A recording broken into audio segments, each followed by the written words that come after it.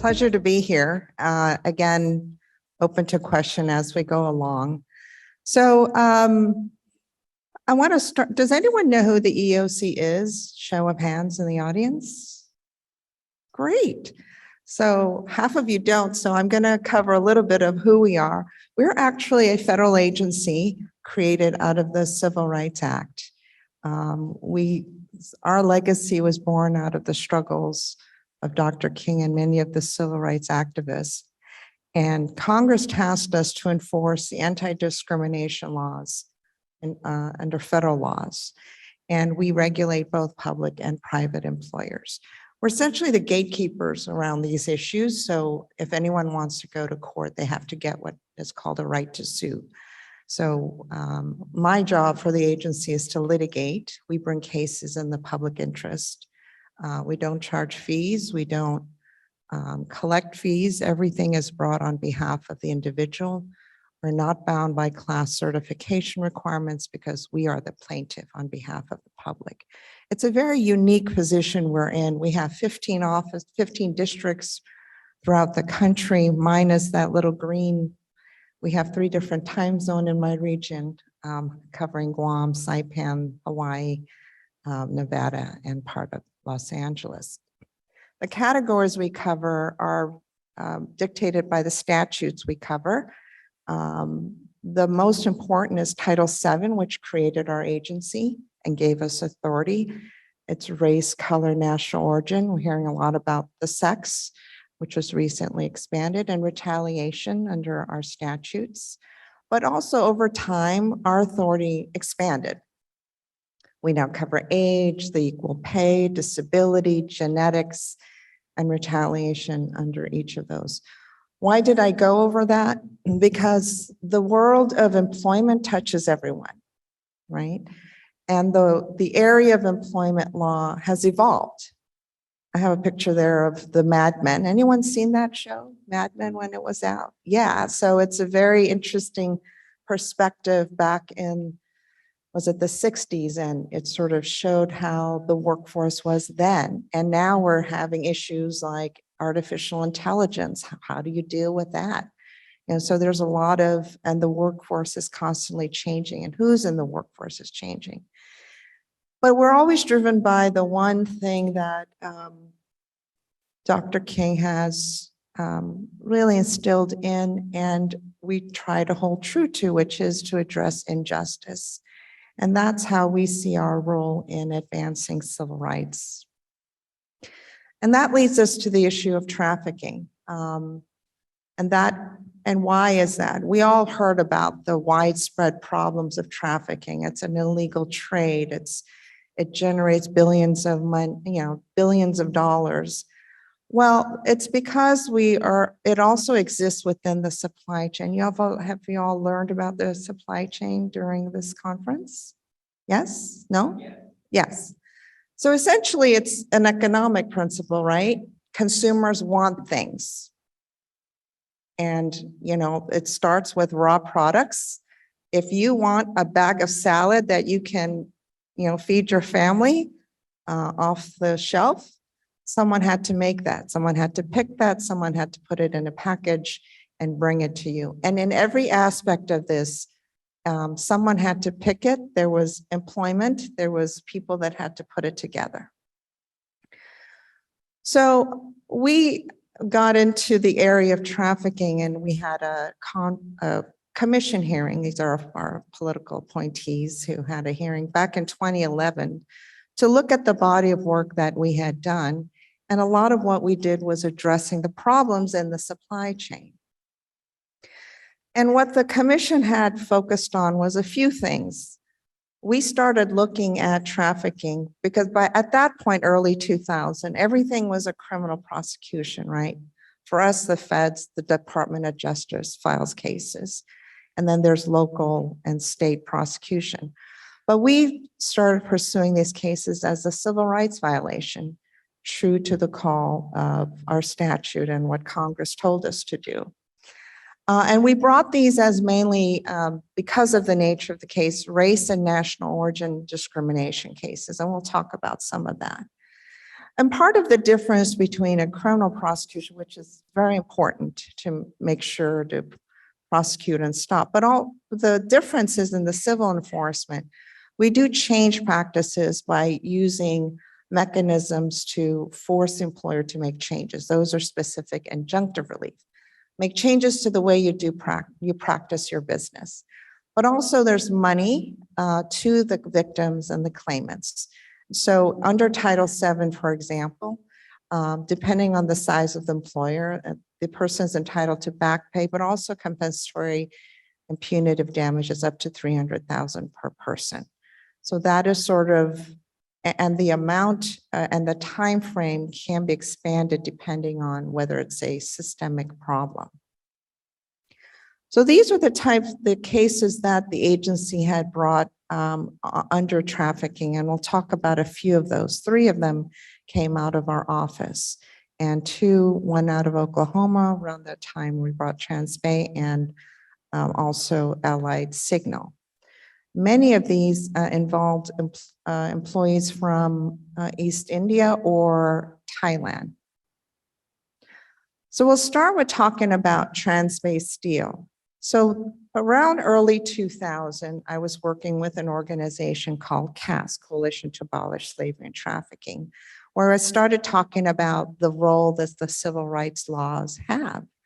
And one of the case managers came up to me and said, hey, you know, I saw you talking about the laws you enforce. We have a case involving these Thai welders, and you know, no one's prosecuting anyone criminally. So what can you do, EEOC? And so that at that moment was our first entree into trafficking. It wasn't so much anyone said, hey, here's a trafficking case. And there was great reluctance even within the agency. This was the first time, right? They're like, why is this even Title VII? And I said, well, it just is.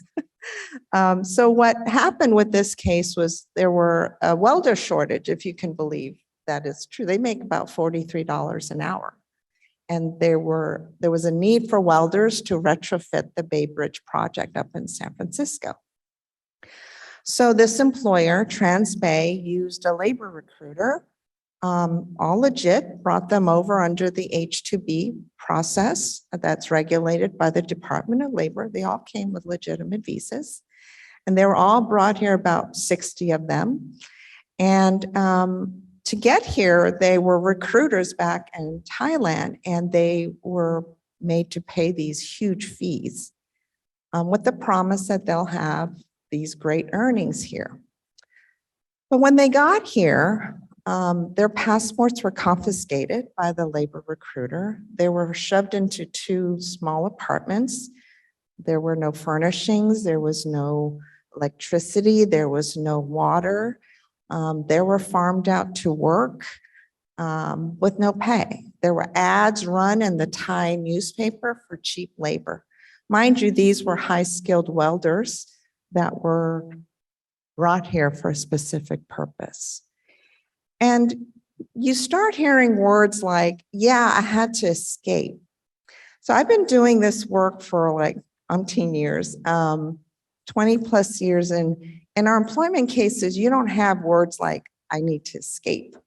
You say that sort of in joking, but these people were literally, and in our case, they were literally running down the street and chased into a Thai temple, and the temple workers were threatened. If you don't let them out, I'm going to come in and beat you. And so they had to call the police. And so it ultimately, the individuals are also threatened that if they tried to escape, they would be beaten and their families back home. So this is very common when there are threats made about their families. So this was the type of case that we were seeing. And, you know, at first blush, you think, well, how is this discrimination? But we were able to secure, because all of the things we said that happened, the verbal threats, the physical, and also the conditions they lived in, all led to being a discriminatory, hostile work environment. And I will talk about that a little more. But in this case, it ended up with a 3-year decree, which is a court signed and approved agreement. It is with the jurisdiction of the court. That's always the form of our agreements. Nothing's ever confidential. So everything we do is public because we use public funds. We were able to secure monetary relief for welders. But this was a very unique situation where Transbay didn't realize all this was happening. We had a labor recruiter doing all of these, but he wanted to do the right thing. He didn't claim he had a lot of money. So we got creative.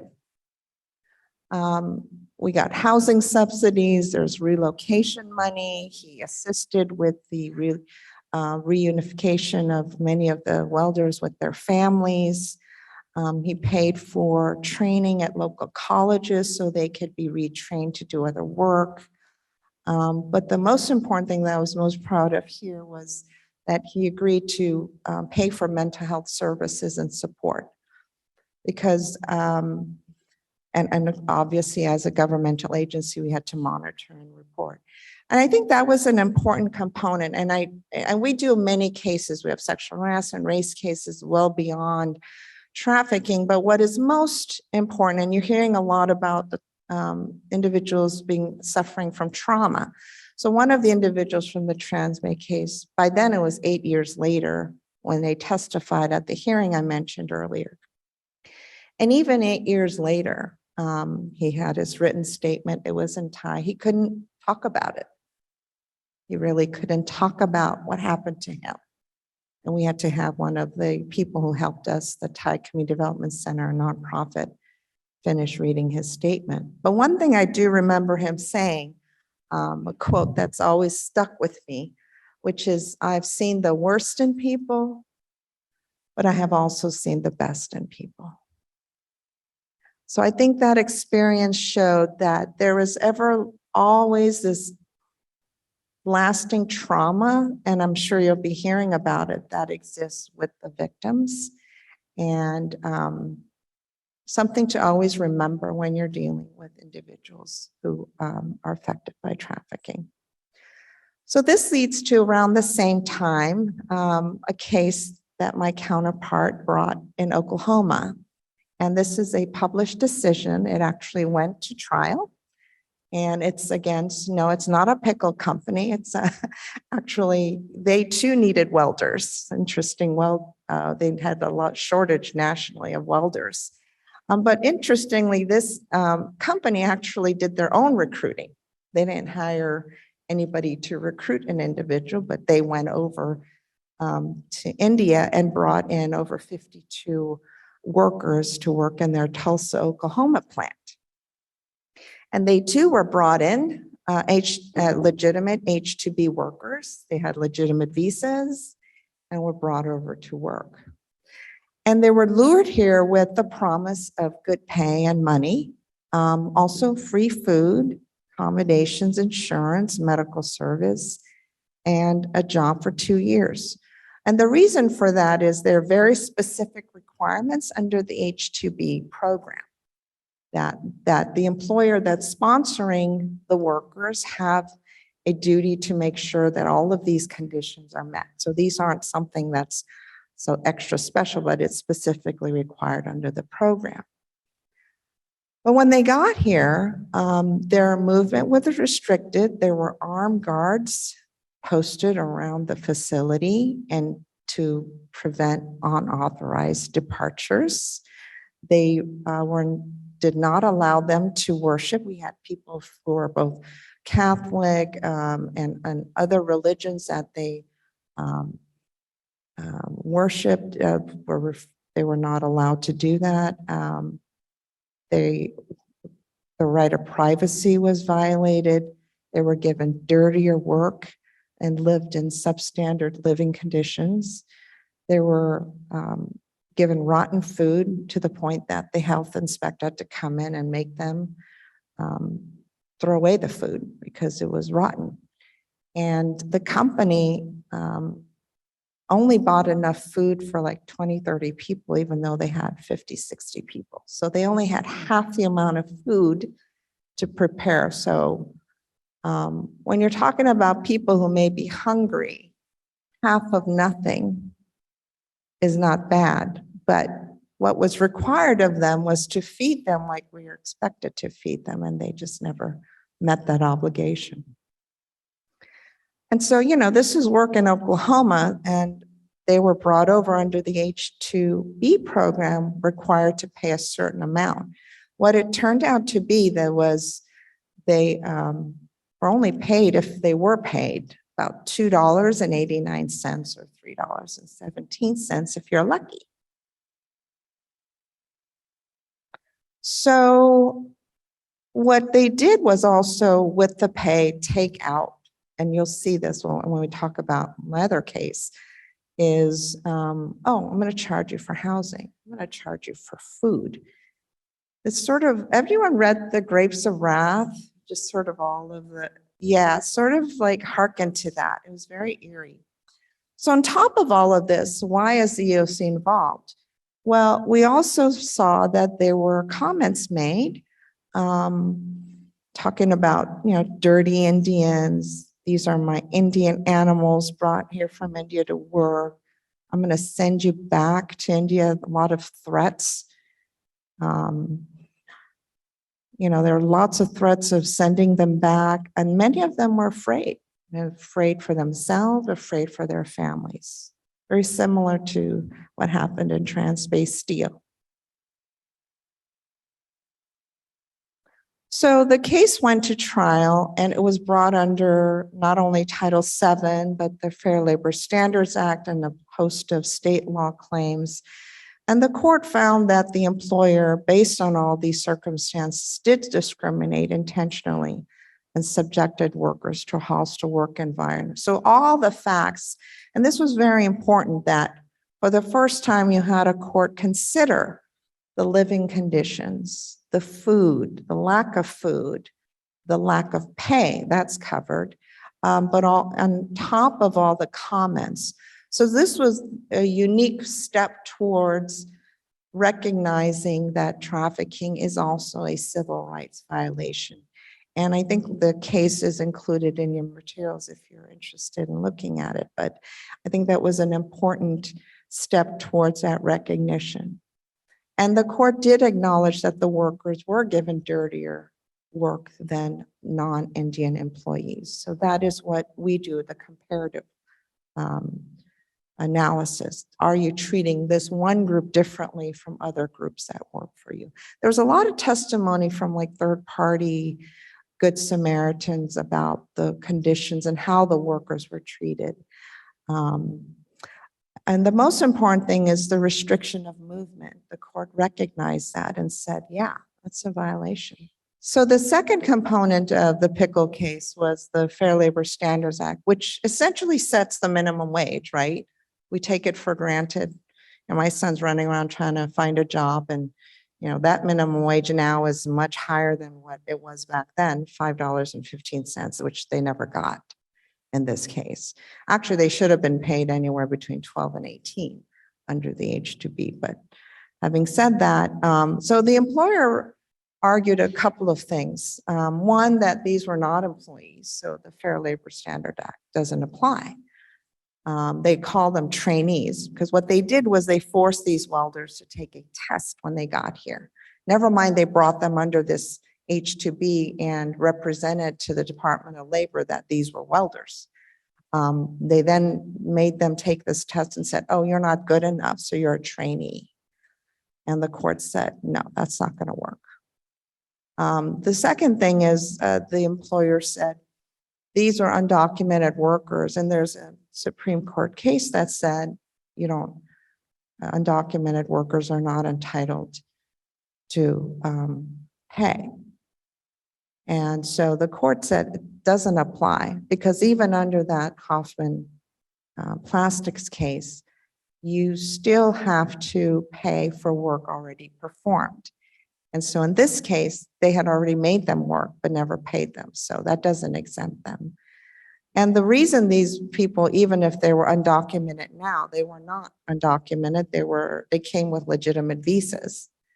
And the only reason they're undocumented is because of the Companies Acts Because remember, in this case, the employer actually went abroad and brought the workers directly. They didn't have a middleman in this case. And in that situation, that said, you're the one that sort of caused this problem. You didn't get the right visas. So there's a concept called unclean hands. You sort of created that dynamic. But, and this was an interesting fact that I didn't realize was that the court held Mr. Pickle, there was actually a Mr. Pickle that owned the company, was held personally liable as an employer. So that means any judgment could be really paid by Mr. Pickle. As a governmental agency, the EEOC, we can only sue companies. But this was a unique fact under the Fair Labor Standards Act. So I share with you this, I found this when I was preparing for this presentation. It's presented by UNICEF and one of their reports. And it's really talking about child labor. And I know you'll be talking about that. I know there's other speakers here, but I thought it reflects a lot of the same dynamics in what we're talking about today and why we're here. Where you have a dynamic of really low risk for an employer, a company with very high rewards. Here, they bring in workers, they don't have to worry about much of anything, no accountability. There's high demand. So in these two cases, we talked about welders, high demand, and systematic inequalities. You had a situation where the pay in the home country is so low, there's no accountability. They're brought here, really no accountability for what happens to them when they come here, even under the legitimate H-2B programs. It became a perfect storm.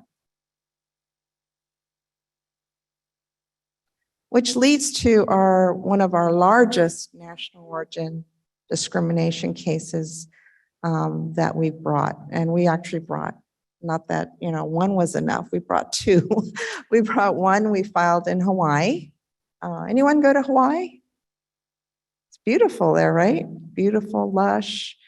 Well, that was one of the areas where, and all throughout the different islands where trafficking was happening. And this is a case where we brought not just against the labor contractor. And just so you know, in the Transbay case, we only resolved with the employer.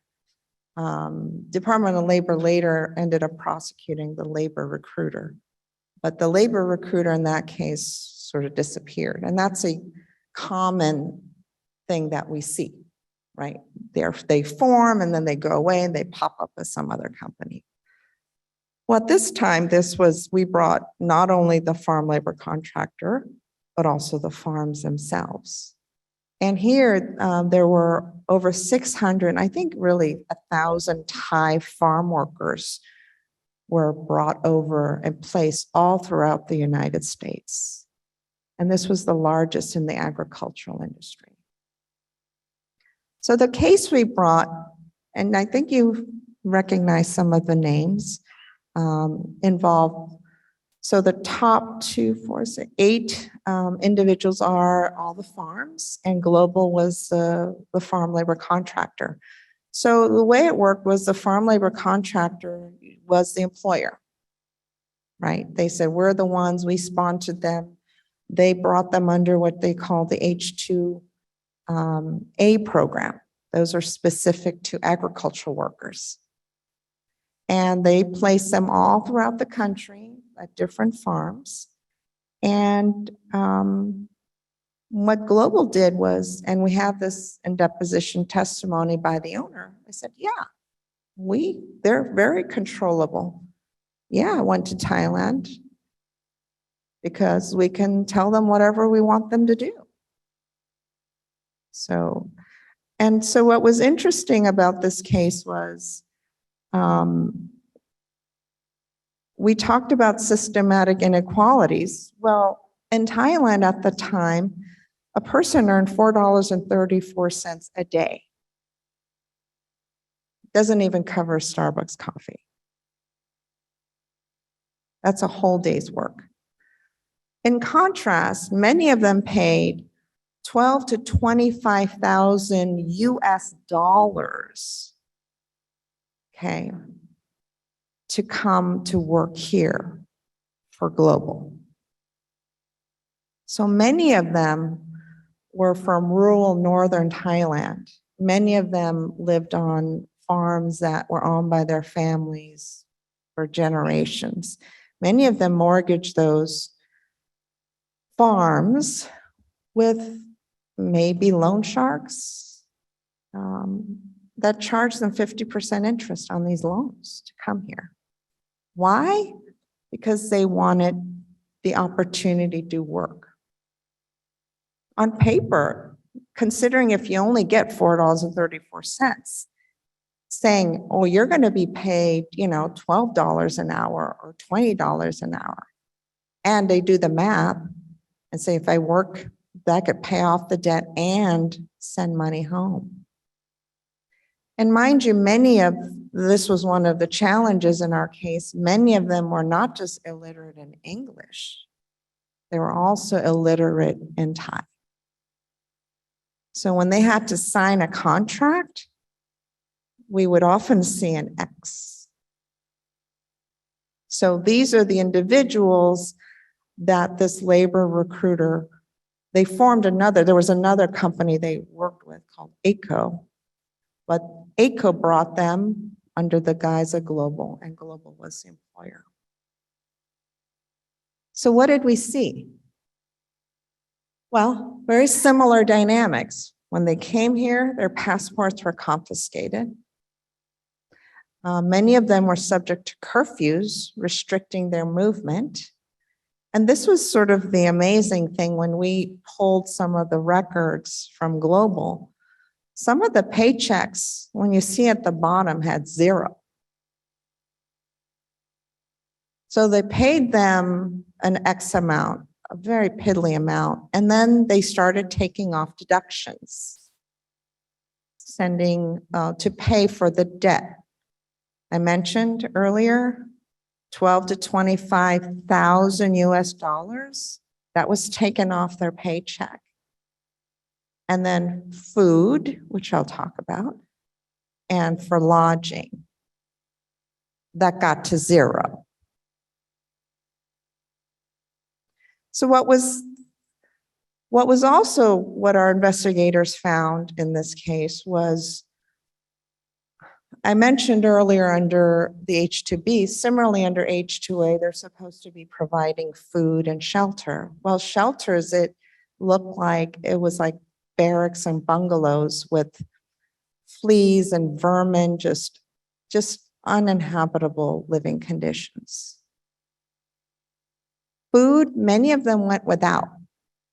Some had to go, and this is in Hawaii, right? It's lush, it's beautiful, but there's no food. They went hunting for food with a rubber band to shoot down birds because they were hungry. Some were lucky and got a bowl of rice, and they were really lucky if they got a pineapple or an egg in there. They didn't give them water. They would be fainting in the fields in the hot sun. Didn't give them medical treatment. So these were just terrible living conditions. And they were out in isolated areas and farms, right? So similar stories, particularly with Maui pineapple, they were threatened, some were physically abused. And as the one question mentioned, Global had Thai-speaking workers, and they're the ones threatening. So what did we do? As I mentioned, we filed 2 lawsuits, and we brought it what we call pattern and practice. It's not on behalf of an individual, but this was a pattern and practice, a concept within discrimination law that you engage in something that was not just one, but it's the way you operate. And here we brought it on behalf of the individual farm workers because of their race, Asian, and national origin from being from Thailand. And for many of these, so the Hawaii case in particular and the Washington case, the courts recognized, both courts recognized, again, all the things we just talked about, the housing conditions, the terrible living conditions, the denial of food, the threats that happened, the beating, the physical abuse, the denial of pay, all of that, the courts considered to say, this is discrimination. This constitutes a hostile work environment. And this was very important, considering it was brought as a pattern or practice case. So it was a case that went on for many years, but ultimately, between settlements and judgments, we had over $22 million that were collected in both cases and still collecting. That was disseminated in partnership with some of our nonprofit who actually went to Thailand to make sure that money got in their hands.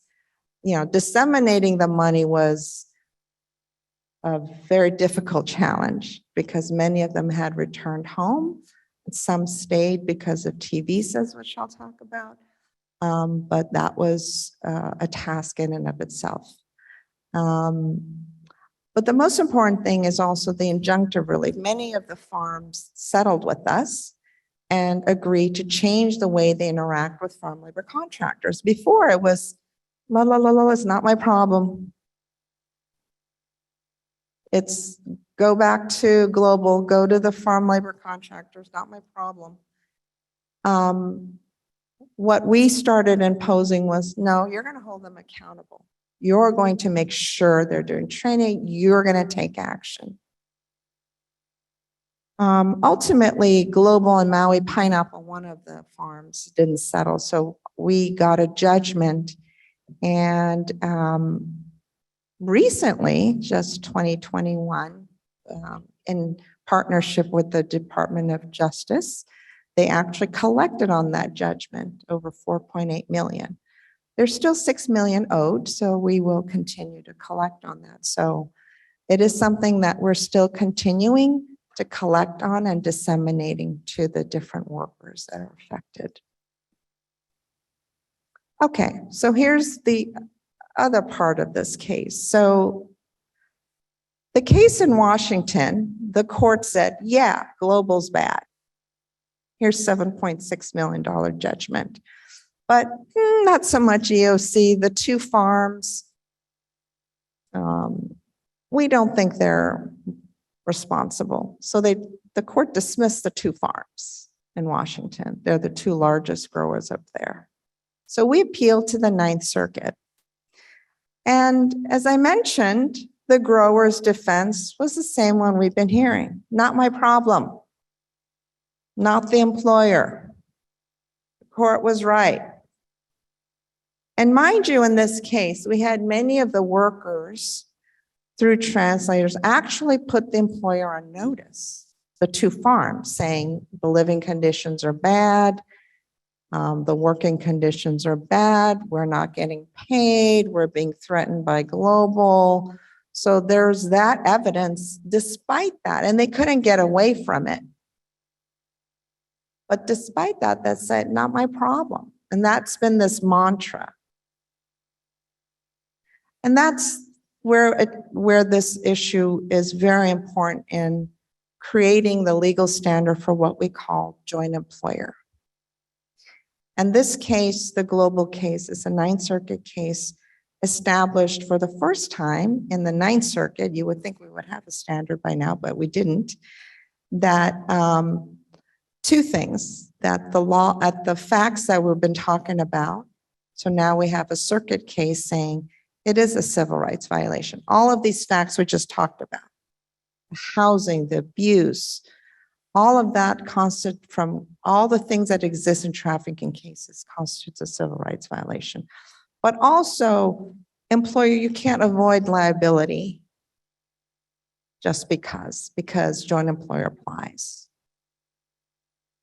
And the Ninth Circuit ruled that the lower court, they did a number of weird things, but the first one was sort of not allow certain evidence to come in. The court said, no, under discrimination law concepts, you have to let that all come in. And the court reinstated the case against the two farms. So joint employer, that concept and the legal standard differs depending on where you live and which circuit you're in. But essentially comes down to the concept of control, right? So here the court said there are very strict specific requirements under the H-2A program. You had to provide certain housing, you had to attest for certain wages. It's a contract, but you didn't do anything.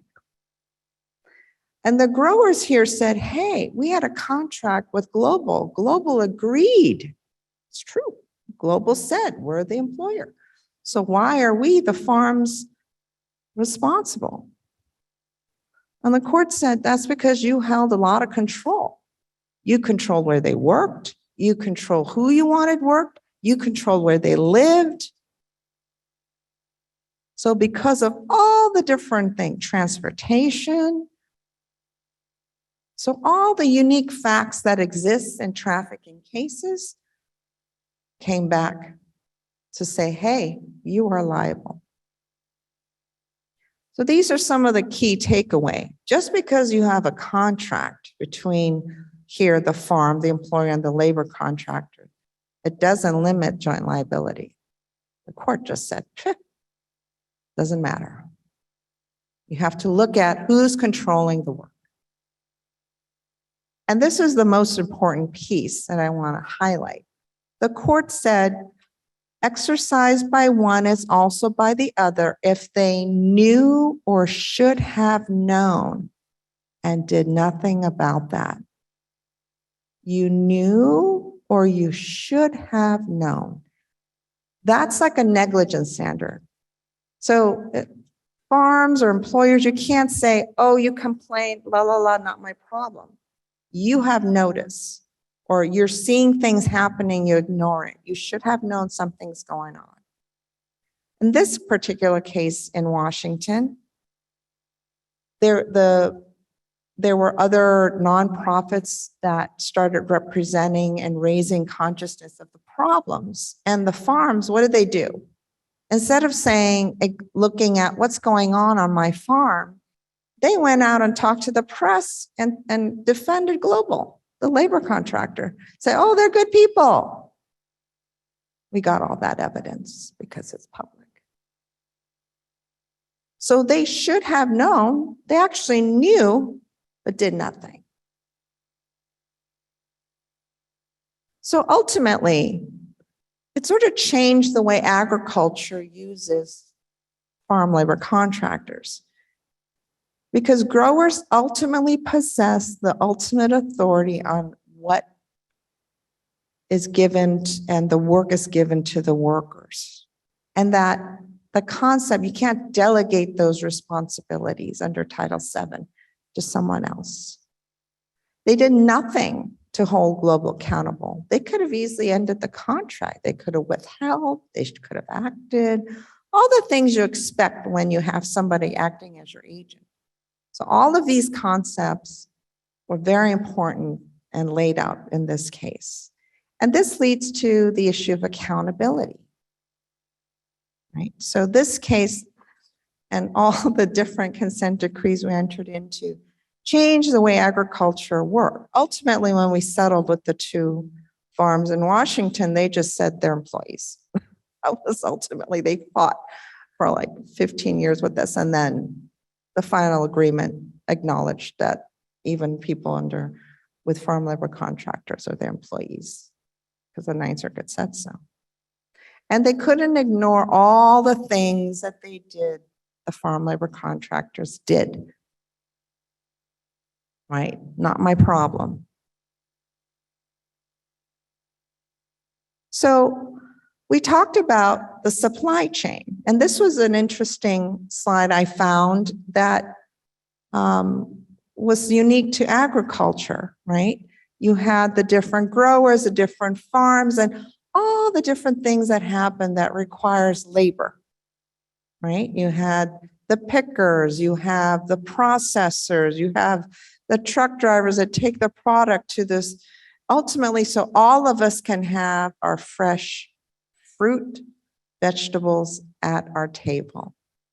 And all of that takes labor at every step of the way. And when you have a breakdown in the system, the supply chain, where you don't have accountability, it's a perfect storm, right? You have high demand for goods. I need my watermelon this summer. I need my fresh fruit. I need my lettuce, you know. And when there's a shortage of labor, just like the welders, there was a shortage. There's always been a shortage of agricultural workers anywhere you go. This is why Global then came in and said, hey, I will fix that problem for you. And that's why they were so popular. That's why thousands of Thai workers were brought in. But Global took advantage of the vulnerabilities of these workers. And mind you, there were special laws that exist. The H-2A program requires certain things and certification. Remember, these are legitimate visas. And it spells out very specific things about housing. But when they got here, no one followed it. And what that meant was there was such a lack of accountability when they got here. And that was the perfect storm for what created the facts and the problems that we saw. And so some of the other vulnerabilities we see in some of the claimants is their immigration status. So many of the workers who had legitimate visas, they lapsed. They became undocumented. Because under both H-2A and H-2B, you need a sponsor. You need someone to go in to recertify. Didn't happen. And in some cases, they were deported. And then in some cases, they paid another fee to come back. Sort of that vicious cycle continuing because they couldn't get out from under the debt. Because remember, in Thailand, you only make $4 a day. That was back then. Also, the lack of literacy, both in English and in their home country. Economic distress in their home countries, and lack of accountability. Right? These are all creating that perfect storm. So there are things that exist, particularly for trafficking victims. There are T visas that exist specifically designated for victims of trafficking. These are under the purview of USCIS, Department of Homeland Security, and there are specific numbers of them. And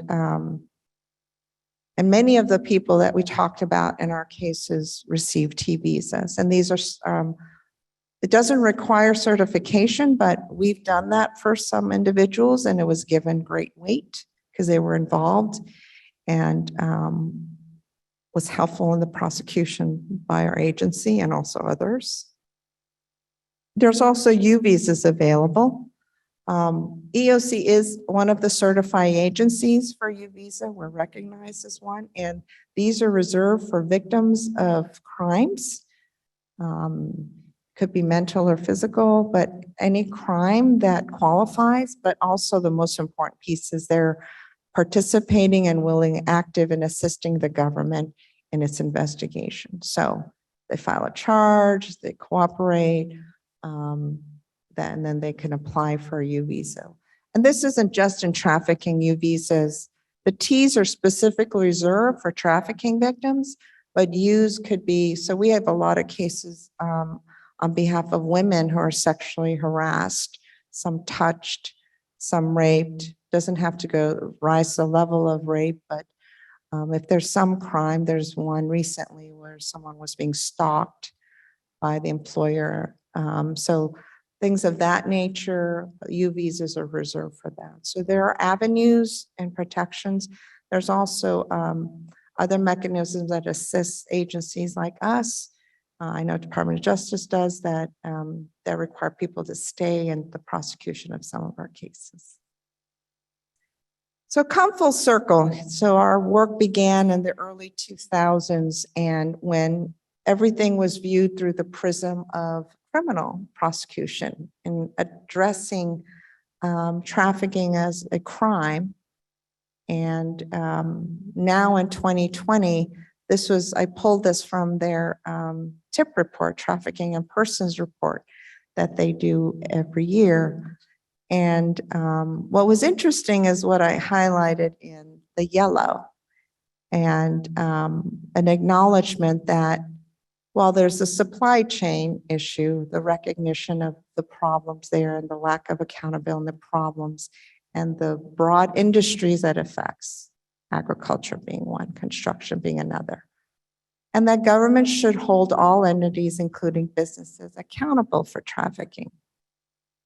And that some laws provide for corporate accountability in both civil and criminal justice systems. This is one of the first time is acknowledging civil prosecution of these cases. The U.S. laws provide such liability for any legal persons, including a business that benefits financially from its involvement in the human trafficking scheme, provided, and this was important, the business knew or should have known of the scheme. Sound familiar? Sound like our global case? So I was very proud to see that statement in the State Department's report, the importance that you just can't turn a blind eye, and the importance of accountability in that supply chain. So, you know, when the cases came to us originally, no one thought, hey, yeah, this is civil rights, let's go, right? We had to be creative. We had to think about, can we do something? And I think this was something to think about. It's always the right time to do what's right, right? In the gut of guts, we said, this is not right, what's happening. It's not right that for whatever reason, there's no accountability had, and the victims are left with no recourse. And so it was important that we took that step. And I think the one thing I will leave with you is civil rights laws are ever evolving, right? And in whatever we do, in whatever walk of life we do, don't be afraid to take that step. And I think this was a lesson learned. This was wrong, and let's see if we can find a path forward. And I think this was an area where we have lots of collaboration with the Department of Homeland Security, Department of Justice, Department of Labor, a lot of nonprofits. We have task forces all throughout the country where we try to work together to combat trafficking. And I think this has to be not about my job, my turf. It's about working together to combat trafficking, because it's everyone's responsibility. And the first is just to see and recognize the problems. And I think that is something that we still work towards. And I want to encourage everyone to really reach out, and I think people are willing now to work towards that end. And I encourage you to continue in your struggle, and thank you for being here. And hopefully this inspires you to sort of think outside the box, because this problem is not going away, unfortunately. Right? All right. Thank you.